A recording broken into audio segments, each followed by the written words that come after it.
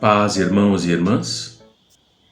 Rogamos a Jesus que nos alivie as dores seculares que carregamos, feridas que ainda não cicatrizaram. Que o Mestre de Luz, com a sua alegria e a sua bondade, nos fortaleça no caminho em direção ao Pai, a que todos nós estamos destinados. Que esse Mestre nos abençoe hoje e sempre. O jugo leve. Jesus diz a nós: Vinde a mim, todos vós que andais em sofrimento, e vos achais sobrecarregados, e eu vos aliviarei. Tomai sobre vós o meu jugo, e aprendei que sou manso e humilde de coração. E achareis descanso para as vossas almas, porque o meu jugo é suave e o meu fardo é leve. Jesus está nos chamando para o seu ministério de amor. Sabe que nós carregamos sofrimentos, misérias, decepções, dores físicas. Perdemos seres queridos e Ele nos oferece a consolação, nos dizendo para termos fé, fé no nosso futuro e confiança na justiça divina. Jesus, o Cristo, veio para nos ensinar a lei do amor.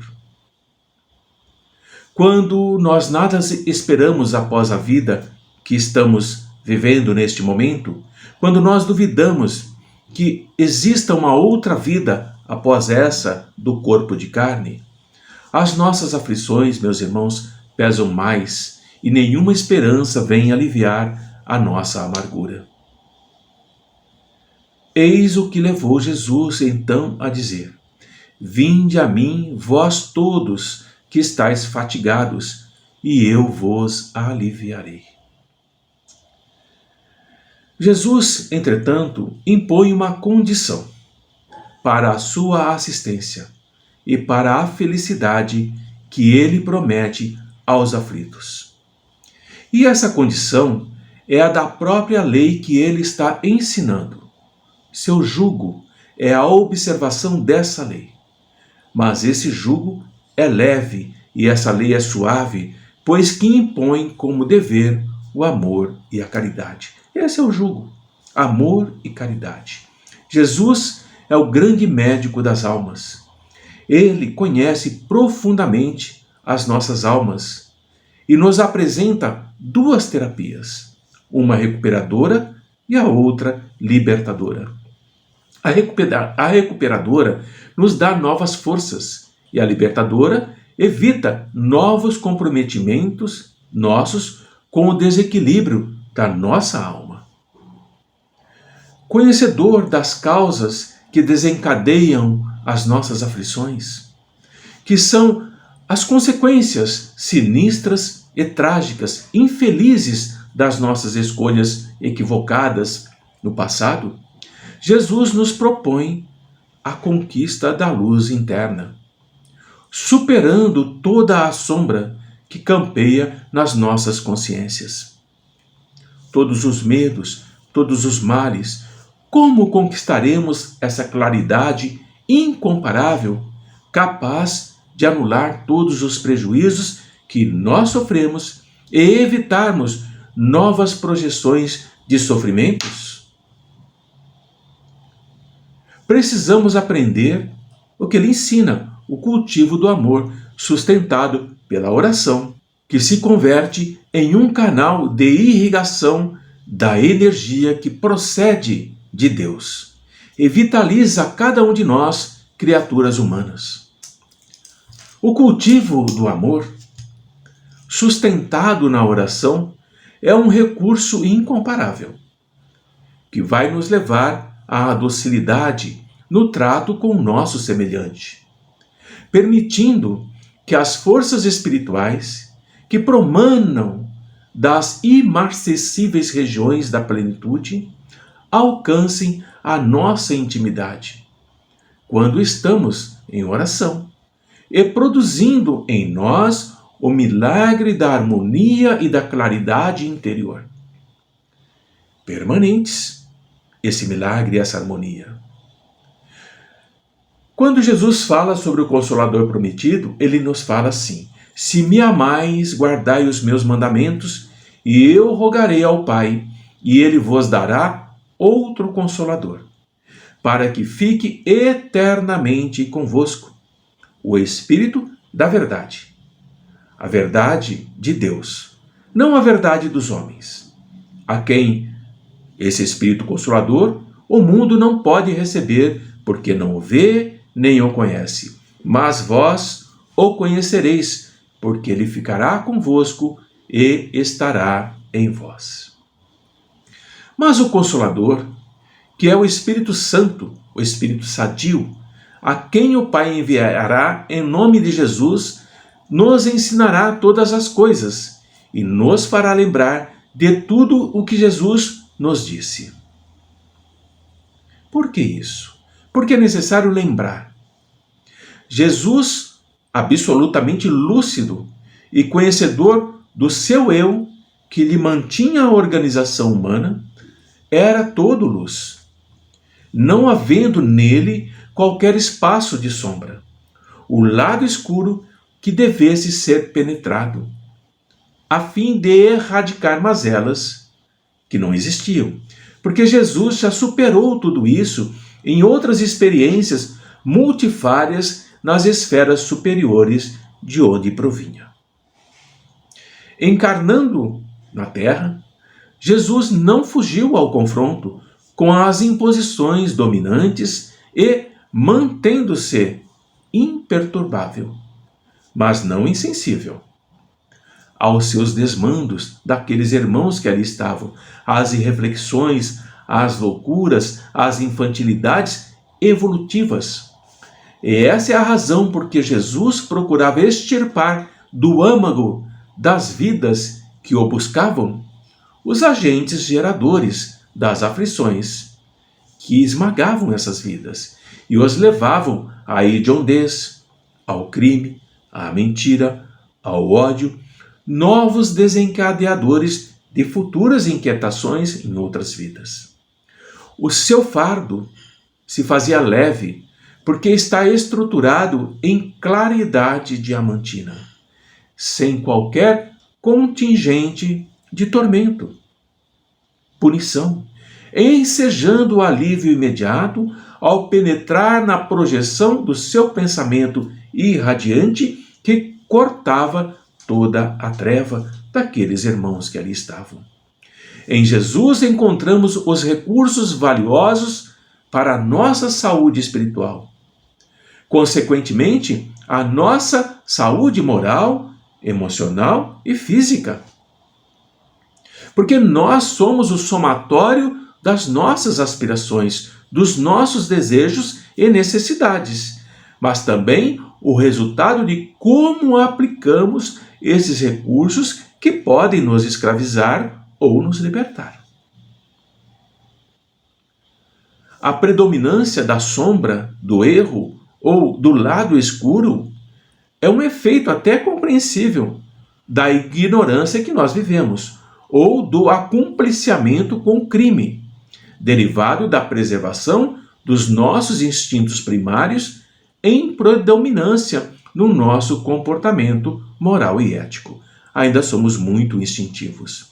Enquanto não seja diluída essa sombra, esse medo, facultando o entendimento das responsabilidades e dos compromissos que vão favorecer o nosso progresso, mas nós ficamos aturdidos e perdidos na escuridão quando desejamos encontrar um rumo que não é visível para nós. A nossa existência, meus irmãos, se torna um pesado fardo para nós conduzirmos. É um tormento mental e conflitivo na nossa consciência escura, melancólica. E ficamos entenebrecidos, tristonhos, desanimados. O amor, que significa conquista emocional superior, rompe a densidade da ignorância. É isso que Jesus está ensinando. Enquanto a oração dilui as espessas ondas escuras que envolvem o discernimento. Discernimento é o ato de escolher certo, ter critério, ter juízo, ter discernimento. Mediante o amor, nós descobrimos o sentido existencial. Nós nos tornamos humanos. Nós adquirimos sentimentos de humanidade, com libertação de uma alta carga de animalidade que prevalecia em nós. Nós passamos a compreender a necessidade de compartilhar com o nosso irmão o que temos, o que possuímos. E é através da oração que nós identificamos outras ondas psíquicas e nos impregnamos de energias saturadoras de paz, bem como enriquecedoras da alegria de viver e de crescer no rumo da plenitude junto a Jesus. Ao prometer outro Consolador, o Espírito da Verdade, para lembrar-nos o que Jesus disse, que ele vem lembrar é que o seu ensino foi esquecido, ou foi mal compreendido ou modificado. E o Espiritismo vem cumprir essa promessa do Cristo.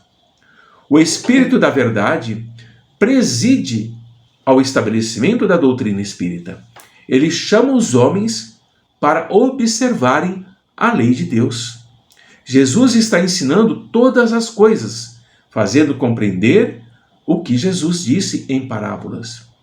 Jesus disse: ouçam aqueles que têm ouvidos para ouvir.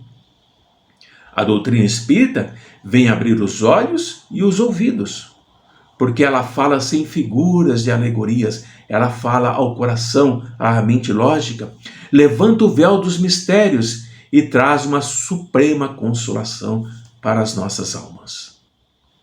Quando somos soberbos, ligados ao egoísmo, que nos faculta a atribuir um valor que ainda não possuímos, essa soberba cede lugar à humildade que vai nos ajudar a visualizarmos a grandeza da vida e a pequenez em que ainda nós nos debatemos. A humildade nos incita à coragem, à abnegação, com devotamento às causas de enobrecimento em que nos engajaremos, buscando os objetivos reais, agora vislumbrados e nos fascinando. Toda a terapêutica proposta por Jesus é libertadora, total e sem recuo. Jesus não se detém à borda do problema, mas identifica esse problema, despertando o problematizado, o ser que está com questões, para que não reincida no erro, no comprometimento moral com a consciência, a fim de que não lhe aconteça algo pior. Ver quais sejam as amarguras sem consolo, a expiação sem alternativa, um impositivo do resgate compulsório. Jesus nos disse: bem-aventurados os aflitos, porque eles serão consolados. Mas como se pode ser feliz sofrendo, se não se sabe nem por que sofremos? É uma pergunta interessante. A doutrina espírita, ela vem nos ensinar que a causa dos nossos sofrimentos estão nas nossas existências anteriores, ou na própria, e também na destinação da Terra, onde nós expiamos o nosso passado nada nobre. A doutrina ensina também o objetivo, mostrando que os sofrimentos são como crises aliviantes que levam à cura. São purificações que asseguram a felicidade nas existências futuras. Ao saber que o sofrimento nos auxilia no nosso adiantamento e ao aceitarmos sem queixas, como o trabalhador que aceita o seu serviço, a troca de um salário que é assegurado para ele. A doutrina espírita nos dá uma fé inabalável no futuro. E a dúvida que estava em nossos corações não tem mais lugar na nossa alma. Acreditamos em outra vida. Quando olhamos as coisas do alto, a importância das vicissitudes terrenas se perde no vasto e esplêndido horizonte que ele abarca e a perspectiva da felicidade, que é o que nos espera, nos dá a paciência, a resignação e a coragem para irmos até o fim do nosso caminho. Eu sou o grande médico das almas e venho trazer-vos remédio para vos curar. Os débeis, os sofredores, os enfermos são os meus filhos prediletos e venho para salvá-los. Vinde, pois, a mim, todos vós que sofreis e que estáis sobrecarregados, e sereis aliviados, sereis consolados. Não procureis alhures a força e a consolação, porque o mundo é impotente para dá-las. Deus dirige-se aos vossos corações, num apelo supremo, através do Espiritismo. Escutai-o, que a impiedade, a mentira, o erro, a incredulidade sejam extirpados de vossas almas doloridas. São esses os monstros que sugam o mais puro do vosso sangue e vos produzem chagas quase sempre mortais. Que no fundo, humildes e submissos ao Criador, pratiqueis a sua divina lei. Amai e orai, sede dóceis aos Espíritos do Senhor, invocai-o do fundo do coração, então ele vos enviará o seu Filho bem-amado para vos instruir e vos dizer estas boas palavras. Eis-me aqui, venho a vós porque me chamastes. Palavras do Espírito da Verdade. O Espírito é eterno e a relatividade temporal é sempre sucedida pela sua perenidade. Feliz aquele que escolhe por experimentar o bem-estar no momento em que respira e entende o que está acontecendo. Infeliz aquele que, conhecendo a forma para se tornar pleno, posterga a oportunidade, aguardando os impositivos inevitáveis da sujeição e do sofrimento, para resolver-se por adquirir aquilo que rejeitou anteriormente. Outro momento, outro tempo. Sobre outro aspecto, Jesus nunca se apresentou, meus amigos, como solucionador de problemas. Antes, nos convidou a todos a fazermos a nossa parte, nos responsabilizarmos pelos nossos próprios deveres. Jesus tornou-se o educador que sempre se fez compreender, nunca transferindo responsabilidades que a cada qual de nós pertence, como mecanismos falsos para atrair ou gerar proselitismo em torno da sua pessoa. Jesus, diferente de todos os demais homens, não se revestiu de aspecto excêntrico ou tomou atitudes aberrantes, como vemos por aí, para chamar a atenção, mantendo-se sempre o mesmo, preservando o critério da seleção natural, pelo mérito de cada discípulo que se lhe associasse ao seu ministério de amor, ao seu evangelho. Portanto, era compreensível que a comunidade judaica da época do Mestre, do seu tempo, e a sociedade, quase que em geral nos dias de hoje, de todos os tempos, não aceitassem o seu método de ensino, o seu evangelho.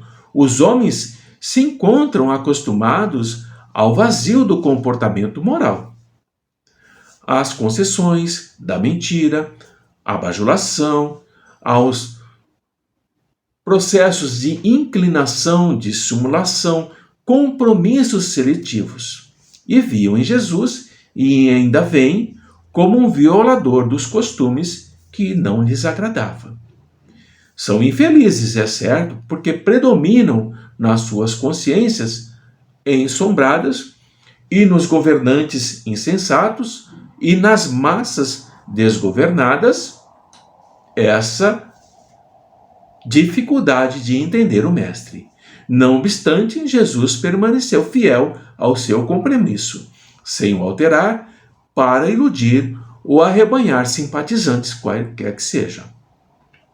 A austeridade e a sua misericórdia conquistavam naturalmente, sem promessas mentirosas e nem concessões inúteis, dando o primeiro sinal para o despertar para a verdade do Pai, sendo o passo indispensável para futuras revoluções internas que seriam operadas no cerne, no âmago de cada um de nós. Jesus é incomparável. Jesus é o responsável pelo fardo leve, em razão da sua autoridade moral, ainda não totalmente reconhecida, como o homem de palavras claras, de ensinamentos sem dubiedades, de vivência sem recalques ou fugas. O médium de Deus, como nos falam. Jesus veio instruir e consolar mediante o exemplo de dedicação, jamais se acomodando ao modos de vida e de trabalho, e ele veio abrir sulcos novos no solo dos corações para neles colocar as palavras seguras e medicamentosas para a preservação da saúde e da vida. Cabe, portanto, a cada um de nós, diante dos desafios mais vigorosos e das situações mais inclementes, mais difíceis, não desistirmos dos ideais de beleza, não cedermos espaço ao mal, não negociarmos com as sombras, permanecendo-nos verdadeiros, luminosos, de consciência reta, decididos. Essa é a proposta de Jesus, conforme ele próprio viveu. Sendo, portanto, o caminho único, aliás, para chegarmos a Deus, Jesus não teve outra alternativa senão afirmar: vinde a mim, todos vós que estáis aflitos e sobrecarregados, que eu vos aliviarei. Essa é a mensagem do Cristo Consolador, trazendo-nos esperança, trazendo-nos a verdade, mostrando-nos o caminho para seguirmos adiante, cada vez mais iluminados no nosso interior e iluminando todos os que estão à nossa volta. O Mestre Jesus, o Mestre do amor, o Mestre da sabedoria, está nos apontando esse caminho. Que saibamos enxergá-lo e darmos o primeiro passo para irmos até o Pai. Paz a todos, que essa luz do nosso Mestre, que o seu jugo leve e suave seja o nosso destino como espíritos ainda em aprendizado, e que o amor do Mestre nos ilumine e nos envolva na sua luz de amor e bondade e misericórdia. Paz a todos e muito obrigado pelo momento em que estamos para falarmos sobre o Evangelho do Mestre. Fiquem em paz.